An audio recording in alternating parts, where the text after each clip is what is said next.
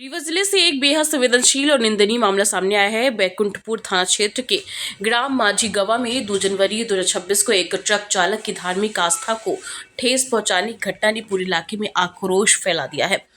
पीड़ित रोहित यादव निवासी ग्राम मडराहा पाइपलाइन कार्य में ट्रक चालक के रूप में कार्यरत है। आरोप है कि दीपक पांडे नामक व्यक्ति शराब के नशे में मौके पर पहुंचा और रोहित यादव से जबरन पैसों की मांग करने लगा। पैसे देने से इनकार करने पर आरोपी ने गाली गलौज और मारपीट करते हुए उनकी चोटी यानी शिखा को जबरन उखाड़ दिया। पीड़ित पक्ष का कहना है कि चोटी केवल बाल नहीं बल्कि धार्मिक आस्था और सामाजिक सम्मान का प्रतीक है। इस घटना को लेकर सबसे बड़ा सवाल यह है कि इतने गंभीर मामले में अब तक एफआईआर दर्ज नहीं की गई है। रोहित यादव ने आरोप लगाया कि उन्हें लगातार धमकियां मिल रही हैं, लेकिन पुलिस प्रशासन द्वारा कोई ठोस कार्रवाई नहीं की जा रही। इस कथित लापरवाही के विरोध में यादव महासभा ने आंदोलन का ऐलान किया है। संगठन 15 जनवरी 2026 को सुबह 11 बजे विवेकानंद पार्क से एसपी कार्यालय रीवा पहुंचकर ज्ञापन सौंपेगा। यादव महासभा ने चेतावनी दी है कि यदि जल्द और निष्पक्ष कार्रवाई नहीं हुई तो 24 घंटे के भीतर अनिश्चितकालीन अनशन और प्रदेश व्यापी आंदोलन शुरू किया जाएगा।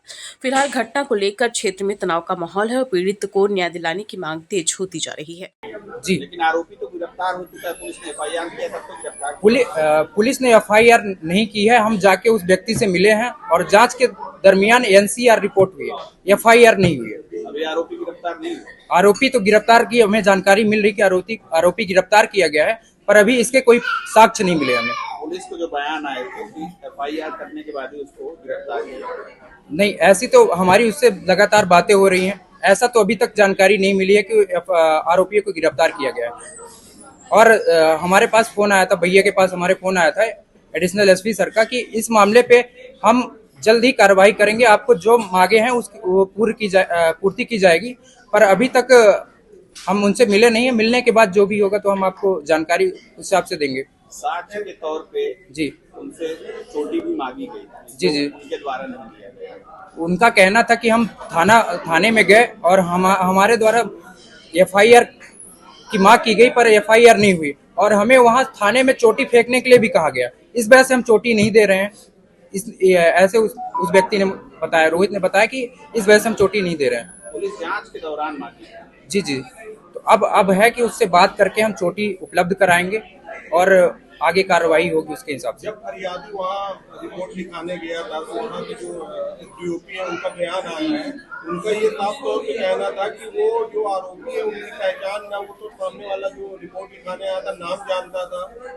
और फिर ये धार्मिक चीजें कैसे आ गई कि धर्म पूछ के और ये। हम आपसे कहना चाहते हैं, अगर नाम ना जानता होता तो ऐसी घटना करता ही नहीं। नाम अगर ना पता, उसको नाम पता था सामने वाले को। जो फरियादी है, फरियादी सामने वाले को नहीं पहचानता था। उनका ये कहना है कि वो नाम भी नहीं बता पा रहा था अज्ञात लोगों की। नहीं, अज्ञात अगर रिपोर्ट होती तो आपको साफ तौर पर पता है कि दीपक पांडे के नाम पे अगर एफआईआर है तो अज्ञात कैसे हो गया, आप बताओ ना।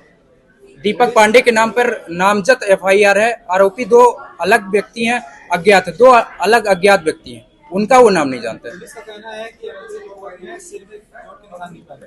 जब चोटी ही नहीं मिली तो एमएलसी रिपोर्ट किस आधार पे हो जाएगी? चोटी उखाड़ी गई थी। हाँ, निशान होता है, बट ऐसी तो अपने को जानकारी नहीं है ज्यादा उस चीज को लेकर।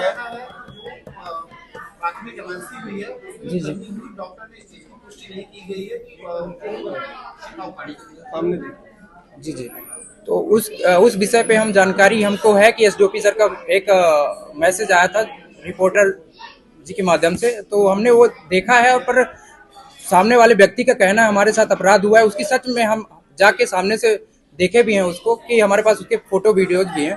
पहले उसकी चोटी थी और उखाड़ने के निशान भी वहां पे साफ तौर पर दिखाई दे रहे हैं। और उसकी चोटी पे भी अगर आपके बाल उखड़ेंगे तो उस पर समझ में आता है कि ये बाल उखाड़े गए हैं या काटे गए हैं। तो उसकी चोटी पे भी ऐसे निशान समझ में आ रहे हैं कि ये बाल उखड़े हुए हैं।